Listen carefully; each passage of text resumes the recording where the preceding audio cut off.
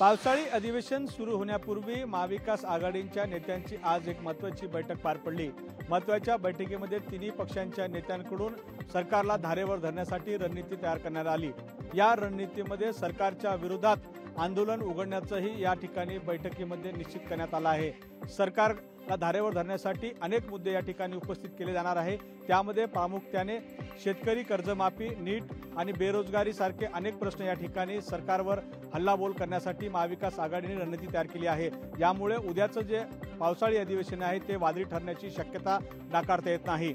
Video journalist विनीतसह विनोद राठोड, लोकशाही मराठी, मुंबई। राज्य विधिमंडळाचे पावसाळी अधिवेशन उद्यापासून चालू होत आहे। अर्थात शिंदे फडणवीस अजितदादा सरकारचे हे शेवटचे अधिवेशन आहे।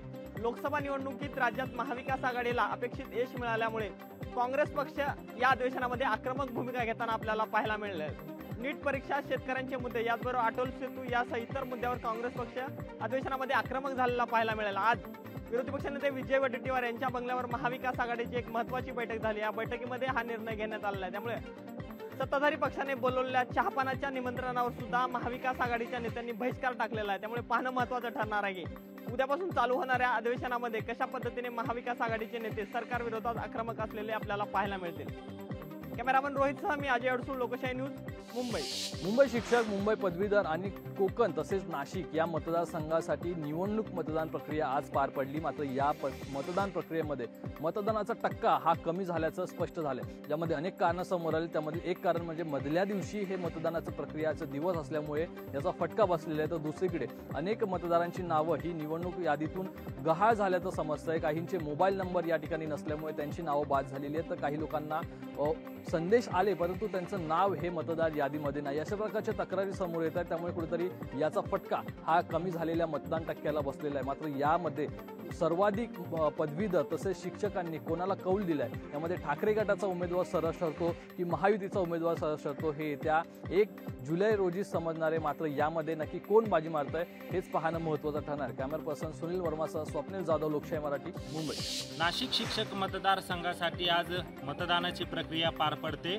सकाळपासूनच शिक्षक मतदारांनी मतदान केंद्रावर गर्दी केल्याचं चित्र आपल्याला बघायला मिळालं आहे। खरं तर महायुतीकडनं 2 उमेदवार या ठिकाणी देण्यात आलेले होते। यामध्ये शिंदेच्या शिवसेनेकडनं किशोर दराडे तर राष्ट्रवादी अजित पवार गटाकडनं महेंद्र भाऊसार हे उमेदवार होते। तर त्यांच्यासमोर संदीप गुळवे महाविकास आघाडीकडनं आणि अपक्ष विवेक कोल्हे यांचं आव्हान या ठिकाणी समोर होतं। एकूणच सकाळपासूनच शिक्षक मतदारांनी मतदान केंद्रावर गर्दी केली होती। मात्र यात मोठा ट्विस्ट आपल्याला बघायला मिळाला। खरं तर दुपारच्या वेळेस नाशिकच्या बीडी भालेकर मतदान केंद्रावर शिंदेच्या शिवसेनेकडनं उमेदवार असलेले किशोर दराडे यांच्या संबंधित व्यक्ती त्या ठिकाणी शिक्षक मतदारांना पैसे वाटत असल्याचं आढळून आलं आणि ही बाब ठाकरे गटाच्या पदाधिकाऱ्यांच्या लक्षात येतात त्यांनी सावधगिरीने त्यास पकडलं आणि पैशाच्या पाकिटासह त्यांना नाशिक पोलिसांच्या ताब्यात दिलेलं आहे। विलास नरवडे असं या व्यक्तीचं नाव असून या संबंधित व्यक्तीला नाशिकच्या भद्रकाली पोलीस ठाण्यात आणलेलं असून त्याच्यावर कारवाई केली जात आहे। नेमके किती पैसे त्याच्याकडे सापडले हे जरी अद्याप माहिती नसलं तरी त्याच्यावर गुन्हा दाखल करण्याचं काम हे नाशिक पोलिसांकडनं करण्यात येते। एकूणच नाशिक शिक्षक मतदारसंघाची जी निवडणूक आहे ती साडी वाटप असेल, नथ वाटप असेल आणि त्याचबरोबर पैसे वाटप असेल या पद्धतीने गाजलेली आहे। आणि आता आगामी काळात येत्या 1 जुलैला शिक्षक मतदार राजा हा नेमका कोणाला निवडून देतो हे पाहणं खरं तर महत्त्वाचं ठरणार आहे। महेश माले, लोकशाही मराठी, नाशिक। अमरावती लोकसभा मतदारसंघाचा निकाल लागून जो आहे तो 22 दिवस झालेला आहे। अमरावती लोकसभा मतदारसंघातून भाजपचे उमेदवार नवनीत राणा यांचा पराभव करत महाविकास आघाडीचे उमेदवार बळवंत वानखडे यांनी 20,000 मतांनी विजय मिळवलेला आहे। मात्र आज जर आपण बघितलं तर भाजपचे माजी आमदार आणि भाजपचे शहराध्यक्ष प्रवीण पोटे यांच्या नेतृत्वामध्ये भाजपच्या शिष्टमंडळाने आज अमरावतीच्या जिल्हाधिकाऱ्यांची भेट घेतलेली आहे। यामध्ये त्यांनी जर पाहिलं तर अमरावती लोकसभा मतदारसंघातून 1 लाख मतं गहाळ झाल्याचा आरोप त्यांनी केलेला आहे। आणि यामधून अमरावती विधानसभेमधलं किती बघितलं तर यामध्ये सर्वाधिक 35,000 मतं गहाळ झाल्याचा देखील आरोप त्या ठिकाणी प्रवीण पोटे यांनी केलेला आहे। त्यामुळं 1 लाख मतं गहाळ झाल्यामुळे नवनीत राणांचा पराभव झाला असा देखील आरोप त्यांनी या ठिकाणी केलेला आहे। आणि यामध्ये जर पाहिलं गेलं तर 1 लाख मतं गहाळ झाले, त्यामध्ये सर्वाधिक मतदान जे आहे जे भाजपच्या कार्यकर्त्यांचा असल्याचा देखील आरोप त्या ठिकाणी केलेला आहे। त्यामुळे आगामी विधानसभा निवडणुकीमध्ये कुठल्याही प्रकारचा घोळ होऊ नये, कुठल्याही लोकांची नावे सुटू नये आणि कोणीही मतदानापासून वंचित राहू नये, त्यामुळे जिल्हाधिकाऱ्यांनी खबरदारी घ्यावी आणि लोकसभेची पुनरावृत्ती विधानसभेच्या निवडणुकीमध्ये ती झाली नाही पाहिजे आणि याचा जो फटका आहे ते भाजपच्या उमेदवाराला बसला नाही पाहिजे, यासाठी जे आहे ते संपूर्णपणे जिल्हाधिकाऱ्यांनी काळजी घ्यावी असं देखील आवाहन जे आहे ते प्रवीण पोटे यांनी केलेले आहे। त्यामुळे जिल्हाधिकारी यावर काय निर्णय घेतात आणि याकडे कसं काम करतात हे त्यांना बघावं लागेल। सूरज दहाड, लोकशाही मराठी, अमरावती। लोकसभा निवडणुकीनंतर राज्यात विधानसभा निवडणुकीचे वारं वाहू लागलेलं आहे। प्रत्येक पक्षाने विधानसभा निवडणुकीमध्ये विजय मिळवण्यासाठी कंबर कसली। याचाच एक भाग म्हणून महाविकास आघाडीने देखील आता वारकरी संप्रदाय आपलं लक्ष केल्याचं दिसत आहे। काँग्रेसचे बडे नेते राहुल गांधी हे पंढरपूरकडे निघालेल्या मालांच्या पालख्यामध्ये सामील होऊन आषाढी यात्रेच्या काळामध्ये विठुरायाच्या चरणी लीन होणार असल्याची माहिती पुढे येत आहे। राष्ट्रवादी शरदचंद्र पवार पक्षाचे अध्यक्ष शरद पवार देखील काही काळ पायी चालत विठुरायाचं दर्शन घेणार आहेत। त्यामुळे आता कुठंतरी निवडणुकीचं वारं हे या आषाढी यात्रेदरम्यानच घुमू लागते की काय अशी चर्चा सुरू झालेली आहे। यापूर्वी माजी पंतप्रधान जवाहरलाल नेहरू, माजी पंतप्रधान स्वर्गीय इंदिरा गांधी यांनी देखील विठुरायाचं दर्शन घेतलेलं आहे आणि त्यानंतर पहिल्यांदाच राहुल गांधी हे आता विठुरायाचं दर्शन घेणार आहेत। त्यामुळे निवडणुकीची सुरुवातच आता आषाढी यात्रा काळात होते की काय अशी चर्चा आता राज्याच्या राजकारणामध्ये सुरू झालेली आहे। अभिराज उबाळे, लोकशाही मराठी, पंढरपूर। ज्या आपण आहोत ऐसर-बोरिवली दरम्यान असलेल्या झाशी आणि तलाव क्षेत्रामध्ये, तलाव परिसरामध्ये, जिथे आपण पाहू शकता या संपूर्ण तलावाला सध्या कोणीही वाली नसल्याचा आरोप हा माजी खासदार गोपाळ शेट्टी यांनी केलेला आहे। या संपूर्ण तलावाचे हस्तांतरण जे आहे ते मुंबई महानगरपालिकेने घ्यावं आणि संपूर्ण तलावाची जबाबदारी घ्यावी अशी देखील मागणी ही गोपाळ शेट्टी यांनी केलेली आहे। या संदर्भात गोपाळ शेट्टी यांनी अनेक पत्रव्यवहार देखील मुंबई महानगरपालिकेसोबत केलेले आहे। त्यानुसार मुंबई महानगरपालिकेने मागील 2 ते 3 वर्षांमध्ये कोणत्याही प्रकारचं लक्ष न दिल्याचा देखील आरोप हा गोपाळ शेट्टी यांनी केलेला आहे। त्यामुळे येत्या काळामध्ये मुंबई महानगरपालिका नेमकं कोणती पाऊल उचलते देखील पाहणं महत्त्वाचं असणार आहे। मात्र सध्या या संपूर्ण तलाव क्षेत्रामध्ये मागील 2 ते 3 वर्षांमध्ये अनेक नागरिकांचा बुडून मृत्यू झालेला आहे। त्यामुळे तलाव क्षेत्रामध्ये सुरक्षा रक्षक देखील नेमावे अशी देखील मागणी गोपाळ शेट्टी यांनी केलेली आहे। त्यामुळे येत्या काळामध्ये मुंबई महानगरपालिका नेमकी कोणती पाऊल उचलते आणि संपूर्ण तलाव क्षेत्राची जबाबदारी घेतं काही देखील पाहणं महत्त्वाचं असणार आहे। कॅमेरा राजेश धोत्रेसह भूषण शिंदे, लोकशाही मराठी, मुंबई। ऐन पावसाळ्यामध्ये पुणे शहरामध्ये झिका व्हायरसचे 2 रुग्ण आढळून आलेले आहेत। एरंडवणे आणि हडपसर भागामध्ये हे प्रत्येकी एक रुग्ण आढळून आलेले आहेत। दोघांचीही परिस्थिती ही अतिशय चांगली आहे असं सुद्धा महापालिकेकडून सांगण्यात आलेलं आहे आणि पुढची कार्यवाही आहे ती सुद्धा आता करण्यात आलेली आहे। एरंडवणे आणि हडपसर भागामध्ये महापालिकेकडून आता फवारणी सुद्धा करण्यात आलेली आहे आणि या परिसरातील जी घरे आहेत या घरांमध्ये जाऊन महापालिकेच्या कर्मचाऱ्यांकडून तपासणी सुद्धा करण्यात आलेली आहे।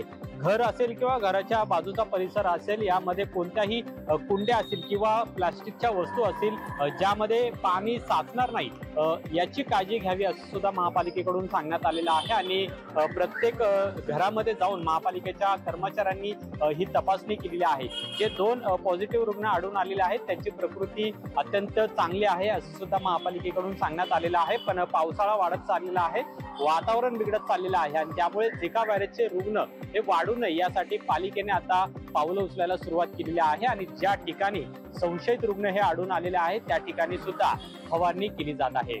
कॅमेरामन पियुष शेरवडेकर सह अमोल धर्माधिकारी, लोकशाही मराठी, पुणे। मराठवाड्यात 1628 गावांना टँकरनं पाणी पुरवठा करावा लागतोय। 1628 गावांना तब्बल 1700 टँकर पाणी पुरवठा करत आहेत। मराठवाड्यातील 10% असे नागरिक आहेत त्यांना पाण्यासाठी वणवण फिरावं लागतंय। एकीकडे पावसाळा जरी सुरू झालेला असला तरी दुसरीकडे मराठवाड्यातील लघु आणि मोठ्या प्रकल्पांमध्ये पाणी साठा अजूनही वाढलेला नाहीये, पाणी पातळी वाढलेली नाहीये। त्याचाच परिणाम पाहता मराठवाड्यामध्ये पुन्हा एकदा पाण्यासाठी वणवण फिरावं लागतंय। तब्बल 1628 गावांमध्ये पाण्याचा गंभीर प्रश्न निर्माण झालेला आहे। त्यामुळं 1700 पाण्याच्या टँकरचा अजूनही अद्यापही आधार घ्यावा लागतोय। त्यामुळे प्रामुख्याने जर पाहिलं तर मराठवाड्यामध्ये पाणी प्रश्न कायम आहे। पाणी प्रश्न सोडवला जावा यासाठी प्रयत्न केला जातोय। छत्रपती संभाजीनगर शहर आहे ज्या ठिकाणी 10 दिवसाआड पिण्याचं पाणी मिळतं, तर मराठवाडा आहे त्या ठिकाणी सुद्धा पिण्याचं पाणी वेळेवर मिळत नाहीये। त्यामुळे प्रशासन असेल किंवा निसर्ग असेल या दोघांच्या या कारणामुळे नागरिक जे आहेत ते पाण्यासाठी तरसलेले आहेत। या ठिकाणची जी काही टँकर संख्या आहे ती कमी नाही आहे, ती वाढतच चाललेली आहे आणि ती कमी करण्यासाठी प्रशासनाला देखील कुठेतरी अपयश प्राप्त झालेलं आहे। आणि अशामध्येच पाऊस जरी पडत असला तरी सुद्धा लघु आणि मध्यम प्रकल्प जे आहेत त्यामध्ये पाणीच उपलब्ध होत नाही आहे, त्यांनी तळ गाठलेला आहे। त्यामुळं पाण्याचा प्रश्न अधिक ज्वलंत होत चालला आहे आणि तब्बल 1628 गावांना पाण्यासाठी अजूनही तरसावं लागतंय आणि 1700 पाण्याच्या टँकरनं तातडीचा पाणी पुरवठा हा मराठवाड्यामध्ये करावा लागतोय। सचिन बडे, लोकशाही मराठी, छत्रपती संभाजीनगर। कोल्हापूर शहराबरोबरच ग्रामीण भागात मुसळधार असा पाऊस कोसळायला सुरुवात झालेली आहे आणि धरण पाणलोट क्षेत्रात देखील मोठ्या प्रमाणावरती पाऊस कोसळतोय। सध्या आपण आहोत राधानगरी धरणाच्या पाणलोट क्षेत्रामध्ये आणि या ठिकाणी पावसाला जोरदारपणे सुरुवात झालेली आहे। खरं तर मान्सूनची प्रतीक्षा आहे ती कोल्हापूरकरांना मोठ्या प्रमाणावरती होती। उर्वरित राज्यात काही ठिकाणी मान्सून दाखल झाला आहे, मात्र कोल्हापुरात दाखल झालेला नव्हता। मात्र आता धरण पाणलोट क्षेत्रामध्ये मोठ्या प्रमाणावरती पाऊस पडायला सुरुवात झालेली आहे आणि धरणामध्ये देखील मोठ्या प्रमाणावरती पाण्याची आवक होऊ लागलेली आहे। सध्या धरण आहे ते 27% भरलेलं आहे आणि गतवर्षी याच दिवशी हे धरण साधारणतः 20% भरलेलं होतं। साधारणतः 7% वाढ जी आहे ती खरं तर या धरणामध्ये आपल्याला पाहायला मिळते। त्यामुळे या धरणातून आता सध्या 400 क्युसेक पाण्याचा विसर्ग जो आहे तो भोगावती नदीपात्रात सध्या सुरू आहे आणि परिणामी हेच सगळं पाणी आहे ते पंचगंगा नदीत देखील मिसळताना आपल्याला दिसून येते। त्यामुळे पंचगंगा नदीच्या पाणी पातळीत देखील किंचितशी वाढ झाल्याचं आपल्याला पाहायला मिळते। एकूण जर पाहिलं तर बळीराजा देखील मोठ्या प्रमाणावरती मान्सूनच्या प्रतीक्षेत होता आणि आता ही प्रतीक्षा संपलेली आहे आणि कोल्हापूर जिल्ह्यामध्ये पाऊस दाखल झालेला आहे। त्यामुळे बळीराजा देखील सुखावल्याचं आपल्याला पाहायला मिळतंय। सतेज औंधकर, लोकशाही मराठी, कोल्हापूर। कर्जत नगरपालिकेच्या हद्दीमध्ये कोतवाल नगर परिसरामध्ये कमी दाबाने आणि अनेक दिवसांपासून पाण्याची समस्या बिकट होताना दिसून आली। याबद्दल कोतवाल नगर परिसरातील रहिवासी आणि नागरिकांनी कर्जत नगरपालिकेवर मोर्चा नेण्यात आला होता।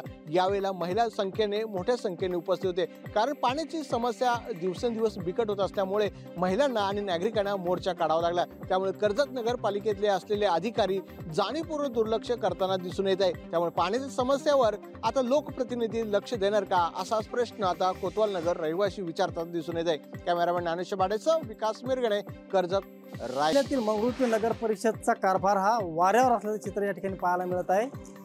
कार्यालय अधिकारी कर्मचारी हजर नसल्याने विविध कामानिमित्त आलेल्या नागरिकांना रिकाम्या पावलीच घरी परत जावं लागत आहे। कार्यालयात कुणी नसताना लाईट पंख्यावर सुरू असल्याने जनतेच्या पैशावर मस्तावलेल्या झालेल्या या प्रश्नाला अंकुश कोण ठेवणार, असा प्रश्न या ठिकाणी उपस्थित केला जात आहे। एकीकडे सरकार गतिमान आणि कर्तव्यदक्ष असल्याचा घोषणा केल्या जात असल्या तरी नगरपालिका प्रशासन चांगले ढेपाळल्याचं पाहायला मिळत आहे। गोपाल व्यास, लोकशाही मराठी, वाशिम।